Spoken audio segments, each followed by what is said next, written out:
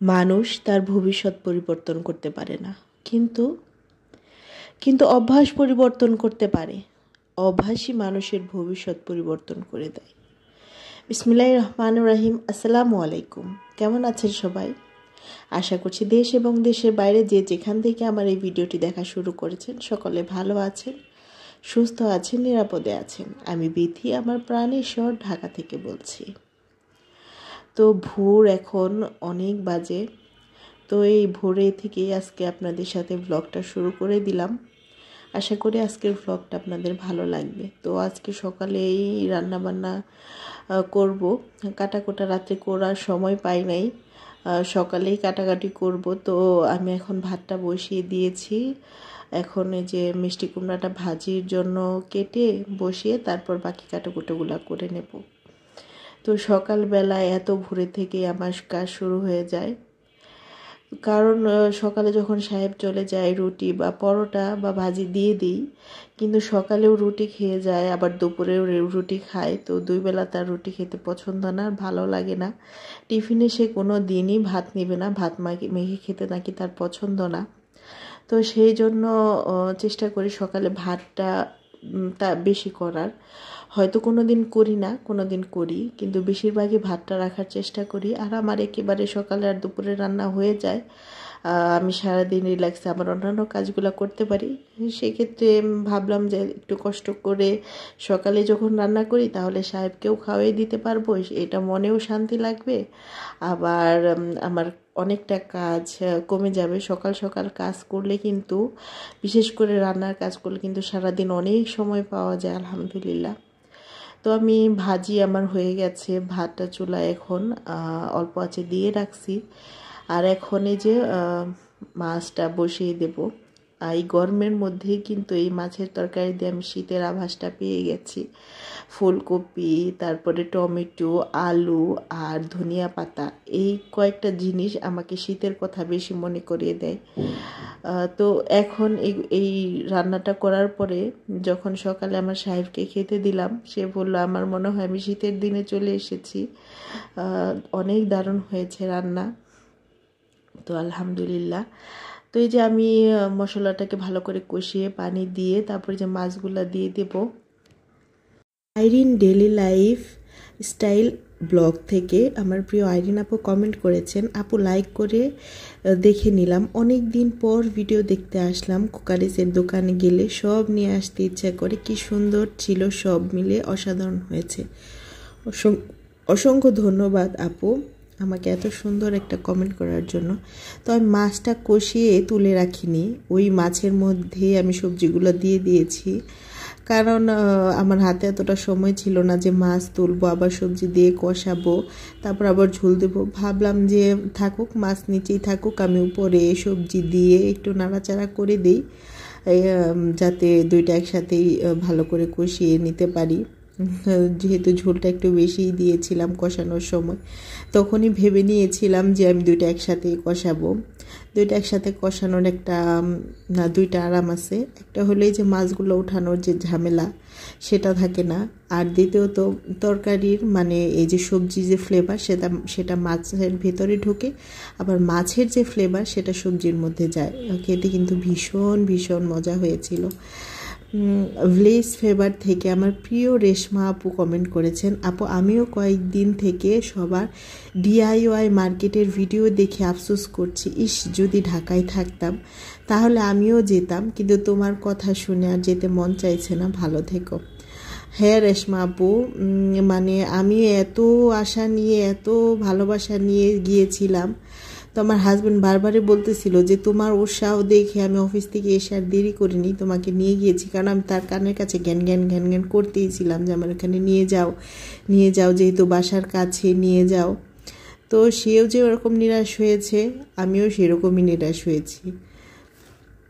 তো এই যে এখন তরকারিটা হতে থাক, তারপরে এই যে আমি এখন পরোটাগুলা বানিয়ে নিচ্ছি, ভেজে নিচ্ছি, কারণ এখন এইগুলা টিফিনের জন্য, সে ভাত খেয়ে যাবে। তো 3টা পরোটা ভেজে নিচ্ছে আপাতত, আবার মেয়ের জন্য পরোটা ভাজতে হবে, সেই ভিডিও ক্লিপটা অবশ্য রাখা হয়নি।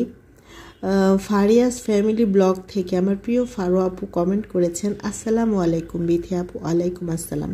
রেস্ট নিচ্ছি আর তোমার ভিডিও দেখছি। মাছের ভর্তা দেখেই খেতে ইচ্ছে করছে। মিস্টার DIY এর তোমার সাথে অনেক কিছু দেখলাম। আপুদের কমেন্ট পড়লে আল্লাহ হাফেজ আপু। ফারিয়া আপু অসংখ্য ধন্যবাদ আমাকে সুন্দর একটা কমেন্ট করার জন্য। তো যে আপুদের আমি কিন্তু কমেন্ট পড়ি তারা কিন্তু অনেক সাপোর্টিভ। আপনারা ইচ্ছা করলে তাদের ফলো দিয়ে বা সাবস্ক্রাইব করে তাদের কমিউনিটিতে গিয়ে একটা কমেন্ট করে আসতে পারেন। তো এই যে দেখেন ধনিয়া পাতা দিয়ে দিলাম। আমার তরকারি রান্না প্রায় শেষ হয়ে গেছে। তো এখন ধনিয়া পাতা দিয়ে কিছুক্ষণ জাল দিয়ে নামিয়ে নেব।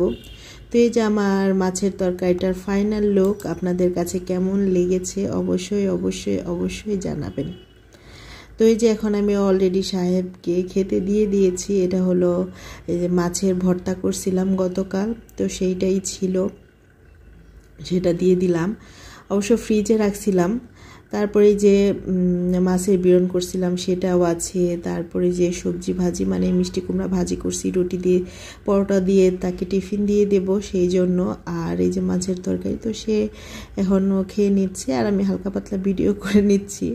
মাই ডেলি লাইফ অ্যান্ড কিচেন থেকে আমার প্রিয় শিশির আপু কমেন্ট করেছেন, ও বিথি আপু তোমার সব ভিডিওতে এভাবে পাটায় মেখে ভাত খেও না, লোভ সামলাতে না পেরে সত্যিই তোমার বাসায় চলে যাব আপু। মিস্টার DIY মোটেও সস্তার জায়গা নয়, শুধু হেঁটে আসলেও 2-1 হাজার টাকা খরচ হয়ে যাবে। ঠিক বলছো শিশির আপু।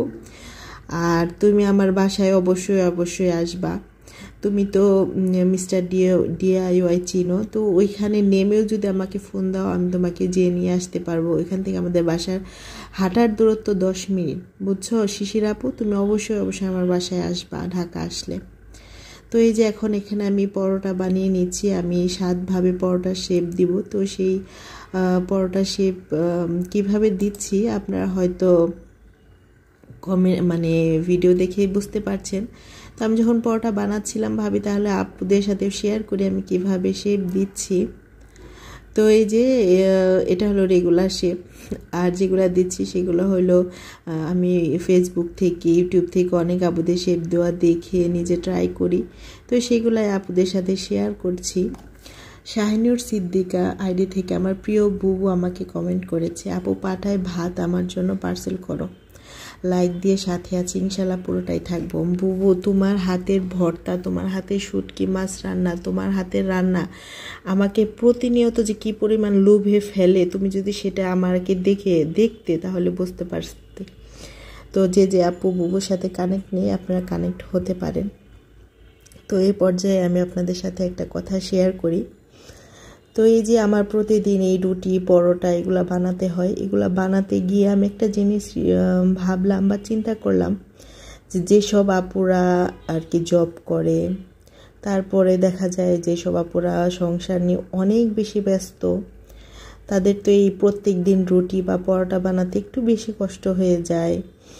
দেখা যায় তারা বাইরে থেকে ফ্রোজেন পরোটা বা রুটি কিনে খায়, কিন্তু বাইরের পরোটা বা রুটি কতটা স্বাস্থ্যসম্মত আমরা কিন্তু সবাই জানি। তো অনেক কিছু চিন্তা ভাবনা করে আমি একটা বিজনেসের আইডিয়া নিয়েছি। আসলে যে কাজে আমরা দক্ষ বা আমরা করতে পছন্দ করি সেই কাজ নিয়েই আমাদের বিজনেসটা করা উচিত।